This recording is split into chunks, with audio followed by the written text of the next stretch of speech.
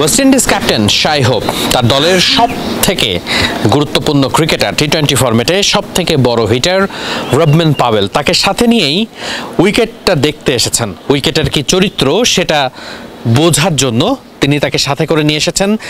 খুব সাধারণতই ম্যাচের আগের দিনের উইকেটটা কেমন থাকে সেটা দেখেই বলা যেতে পারে যে উইকেটের কি পরিস্থিতি হতে পারে ম্যাচের দিন।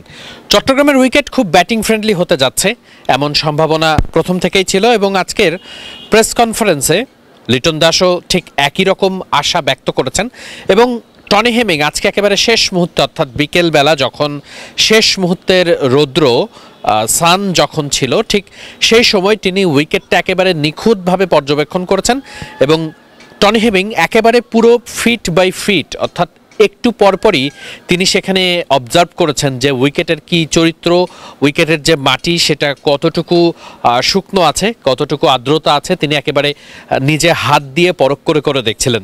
চট্টগ্রামের উইকেট নিয়ে আসলে আলাদা করে বলার কিছু নেই, আমরা সবসময় দেখেছি চট্টগ্রামের উইকেট বেশিরভাগ ক্ষেত্রেই ব্যাটসম্যানদের জন্য খুব বেশি সহায়ক হয়ে থাকে। এর পেছনে বেশ কিছু গুরুত্বপূর্ণ কারণ রয়েছে, যেহেতু এই স্টেডিয়াম থেকে যে বঙ্গোপসাগর সেটির দূরত্ব কিন্তু খুবই কাছে, তাই বাতাসটা কিন্তু অনেক বেশি শুষ্ক থাকে বেশিরভাগ ক্ষেত্রেই, যে কারণে আমরা সবসময় দেখি যে চট্টগ্রামের যে আউটফিল্ড সেখানে যখন বল পড়ে সেক্ষেত্রে অনেক সময় মনে হয় যে বালুর মতো কিছু একটা ছুটে আসছে, কারণ বাতাস শুষ্ক থাকার কারণে মাটির যে উপরের অংশটা সেটা অনেকটা শুকনো হয়ে থাকে। ঠিক সে কারণেই এখানকার যে উইকেট সেটাও অনেকটা ময়েশ্চার কম থাকে এবং ব্যাটসম্যানদের জন্য সেটা বেশ কাজে লাগে, ব্যাটসম্যানদের পক্ষে থাকে। এবং বাংলাদেশ এবং ওয়েস্ট ইন্ডিজের মধ্যকার যে টি-20 সিরিজটা হতে যাচ্ছে সেই সিরিজে খুব স্বাভাবিকভাবেই উইকেট খুব বেশি ব্যাটসম্যানদের পক্ষে থাকার সুযোগ আছে। তবে এই জায়গাটাতে একটা ব্যাপার বলে রাখা খুবই জরুরি, উইকেটে ভালো ব্যাটসম্যানদের জন্য সুযোগ থাকলেও বলাররা কিন্তু নিজেদের কাজে লাগানোর মতো বেশ কিছু উপায় খুঁজে পেতে পারে। দেখুন চট্টগ্রামের এই উইকেটটার ঠিক ডান সাইডের যে গ্যালারি সেটা কিন্তু অনেকটা ফাঁকা, অর্থাৎ একতলা গ্যালারি, তার উপরের অংশটা ফাঁকা থাকার কারণে অনেক সময় অল্প বাতাসেও বল খুব ভালো মুভমেন্ট করতে পারে।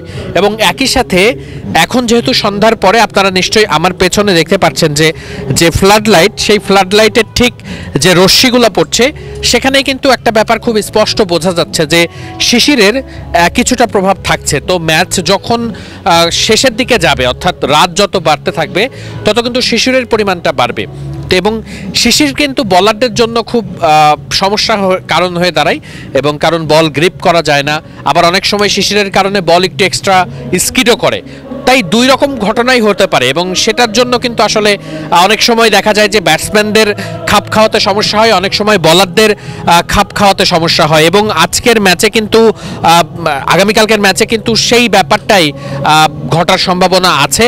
তবে ওভারঅল যদি বলা যেতে পারে এই উইকেটটা ব্যাটসম্যানদের উইকেট, এইখানে রান হবে অনেক বেশি, এখানে 200 রানের মতো আশা সবাই করতেই পারবে। তবে ব্যাটসম্যানদের কিন্তু ভালো করতে হবে, ব্যাটসম্যানদের যদি উইকেটে তারা ট্রু উইকেটে রান করতে না পারে সেক্ষেত্রে আসলে উইকেটের খুব একটা দোষ দিয়ে লাভ হবে না। ব্যাটসম্যানরা এই জায়গাটাতে আসলে কতটা ভালো শটস খেলতে পারবে, কতটা ভালো শট স্পিক করতে পারবে, আপনি যদি যেটা 4 মারার বল বা যেটা 6 মারার বল সেটা যদি আপনি পিক করতে না পারেন, যেটা সিঙ্গেল বা ডাবল খেলার বল সেটা যদি আপনি পিক না করে খুব বেশি বাউন্ডারি আদায় করার চেষ্টা করতে গিয়ে আউট হয়ে যান, সেটা কিন্তু আসলে উইকেটের দোষারোপ দিয়ে লাভ নাই। তবে যেহেতু উইকেট উপর থেকে দেখে আমরা তো কাছে যেতে পারছি না, বাট উপর থেকে দেখে যতটুকু মনে হচ্ছে উইকেট বেশ ফ্রেশ এবং উইকেটে খুব ভালো রান আসতে যাচ্ছে। এবং বাংলাদেশ এবং ওয়েস্ট ইন্ডিজ থেকে এই উইকেটের পাশের যে কর্নারের উইকেটটা সেই একই ঘরানার উইকেট, সেখানে কিন্তু তাদেরকে আমরা অনুশীলন করতে দেখছি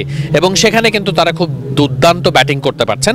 তাই আমরা ওই ধারাবাহিকতায় এবং যেহেতু দুই দলের ক্যাপ্টেনরা তারা কিন্তু প্রেস মিটে এসেও বলেছেন যে উইকেটটা খুব ব্যাটিং ফ্রেন্ডলি বলেই তাদের কাছে মনে হচ্ছে। তাই আমার কাছে মনে হয় যে এই যে উইকেটটা আমরা নিয়ে আলোচনা করছি মিরপুরের সেই সিরিজ থেকে কিন্তু উইকেট নিয়ে অনেক বেশি আলোচনা আছে, কারণ সাধারণ মানুষ এখন মানে যারা ভক্ত তারা খুব ট্রু উইকেটে খেলা দেখতে চায়।